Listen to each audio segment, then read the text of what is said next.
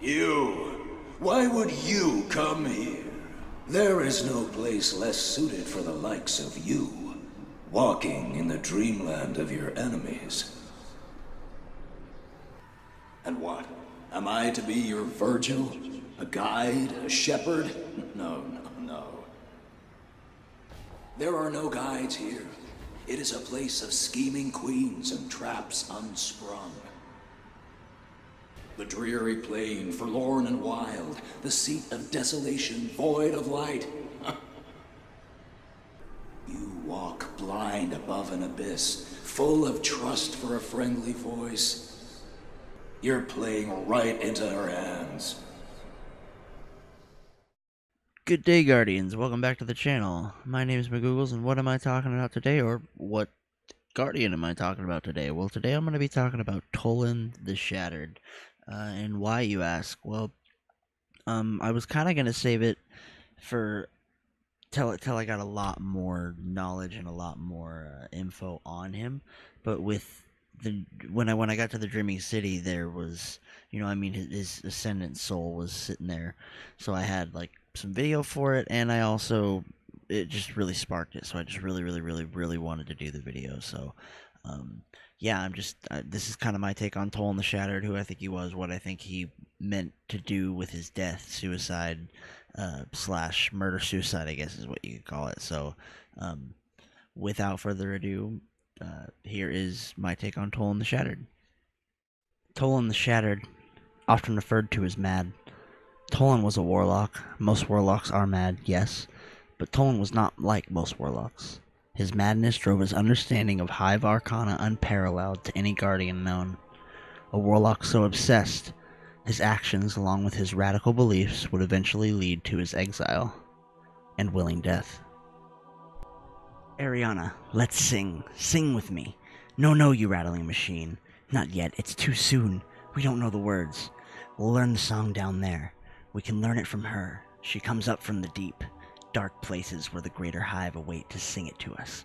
And here's a puzzle for you. The song is death. To hear it is to die. To know the words is mortal. Oh, good point, Ariana. Death is just a word, isn't it? A catch-all term for the failure to go on. Nothing spiritual, nothing yet with its own quiddity. We all die once, and it did not prove insurmountable.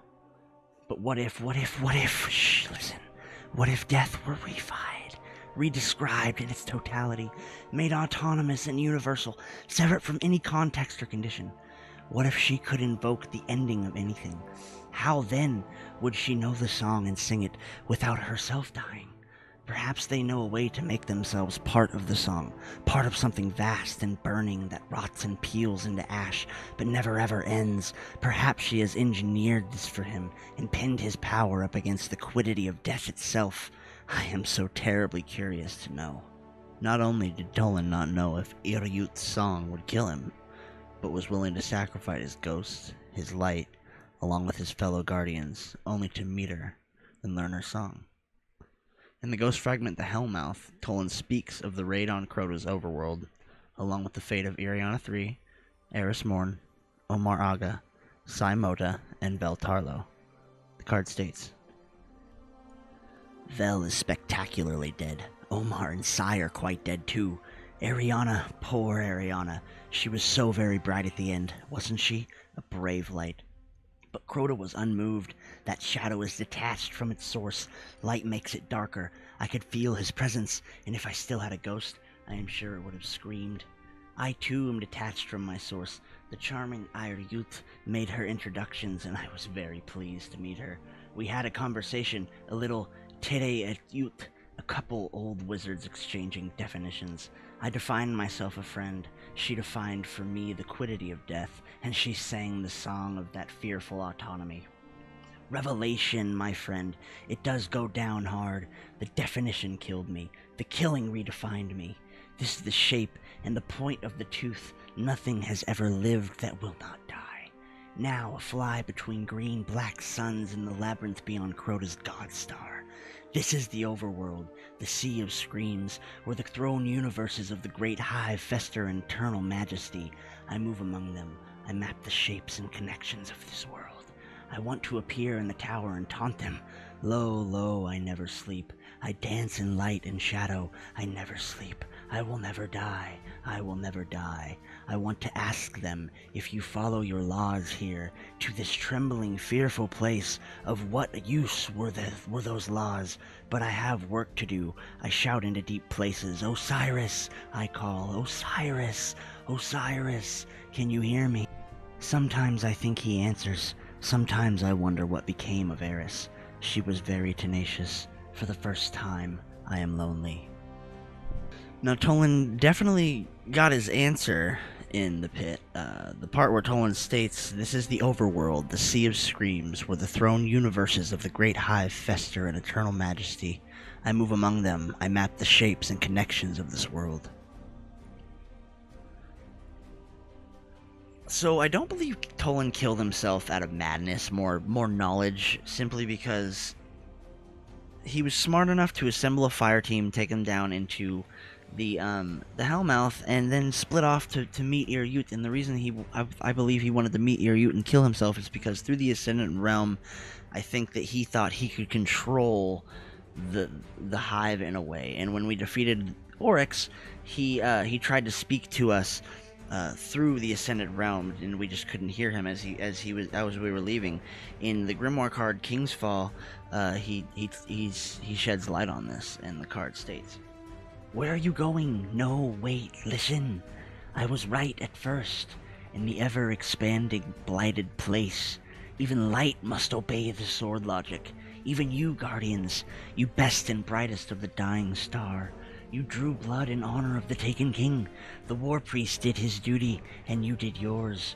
Oryx was challenged, yes, but challenged in the way of the hive, which is to say that challenge is worship, his challenge is power, sword logic. You played your part well. You were not supposed to touch the light. How did you find your way into the king's cellar? How did you even recognize the benighted draught for what it was? Do you not know that the hive pursue light precisely for the purpose of devouring it with slavering jaws and slick, greedy, gulping throats?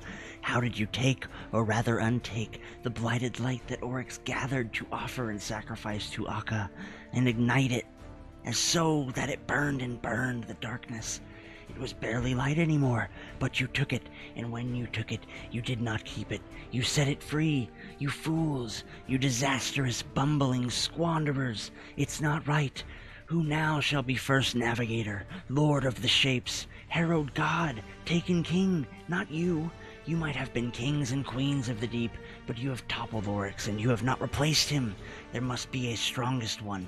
It is the architecture of these spaces. Why are you leaving?"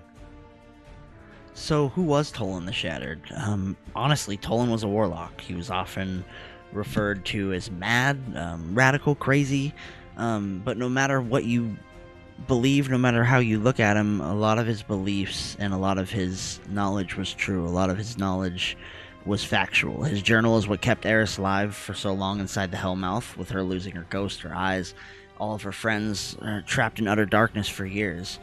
It's what kept her alive. It's what kept her Eris, even though she is not the original Eris that went into the Hellmouth. He knew how to enter Crota's realm and slay the god, not only to reveal his true intentions and leave his friends, but again, his journal is what helped attain all of this. His journal is what helped us attain knowledge on the hands, eyes, might, fists, and will of Crota, eventually leading to us entering his Hellmouth, his Ascendant Realm, and killing the god.